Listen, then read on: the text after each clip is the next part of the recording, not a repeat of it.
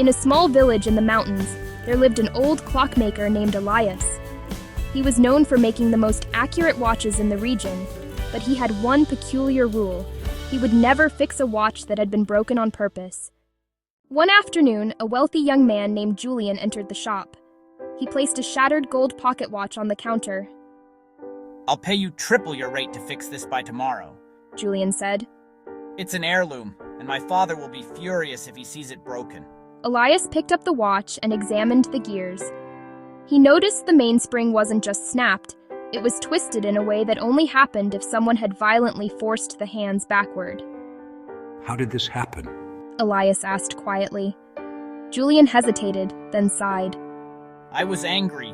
I lost a bet and I took it out on the watch, but please just tell my father it was an accident. A fall, perhaps." Elias pushed the watch back across the counter. "I cannot fix this for you." "Why not? I'm offering you a fortune."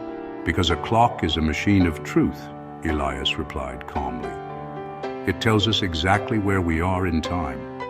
If I fix this and help you lie about how it broke, the watch might tell the right time.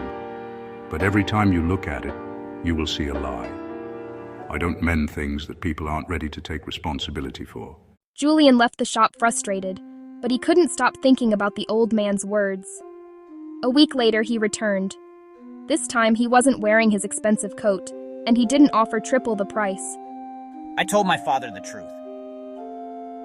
He was disappointed, and he told me I have to earn the money to repair it myself. It will take me months, but I'd like to start a payment plan if you'll have me. Since you've decided to be as honest as the gears inside, I'll start the repairs today.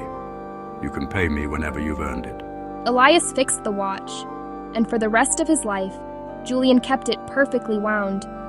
Not just as a way to tell time, but as a reminder that the truth is the only thing that keeps a person's life in sync.